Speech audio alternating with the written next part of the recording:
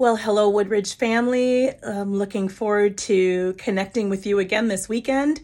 This message is particularly for those of you who are in the house churches. Hope this is finding you well. This upcoming week, we're going to continue on our journey in Psalm 37.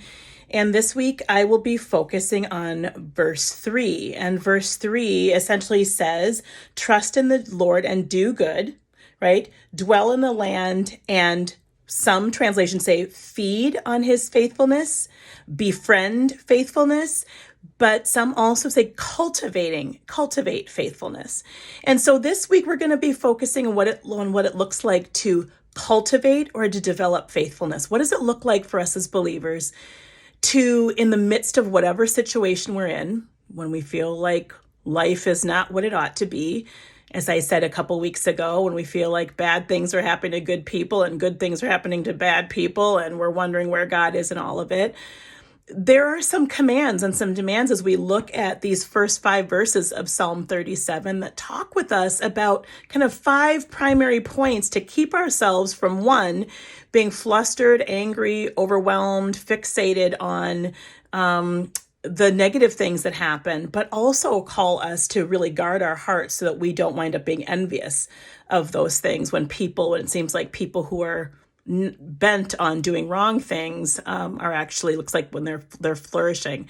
Of course, the Word of God tells us that that's not true, that like the grass, they will soon wither, and like the flowering herb or the flowering plant, that they will soon fade.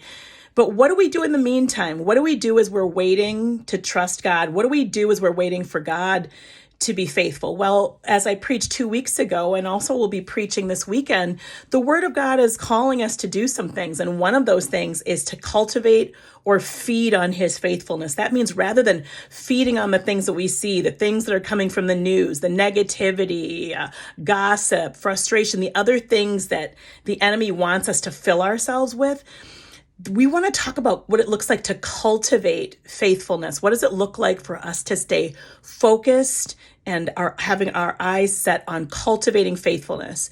The word cultivate, which we'll find, I believe, in the NASB or the English Standard Version, we also will find it in several others here. We will find, in the American Standard Version says feed on his faithfulness. The Basic Bible says that go after righteousness. I love that one.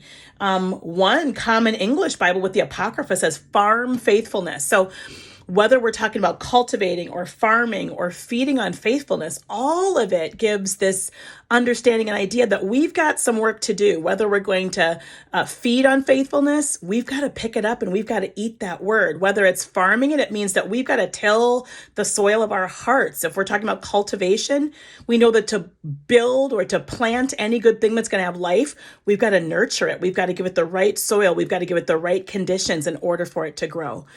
And of course, all of us want to be found faithful, right? We want to be seen as faithful believers.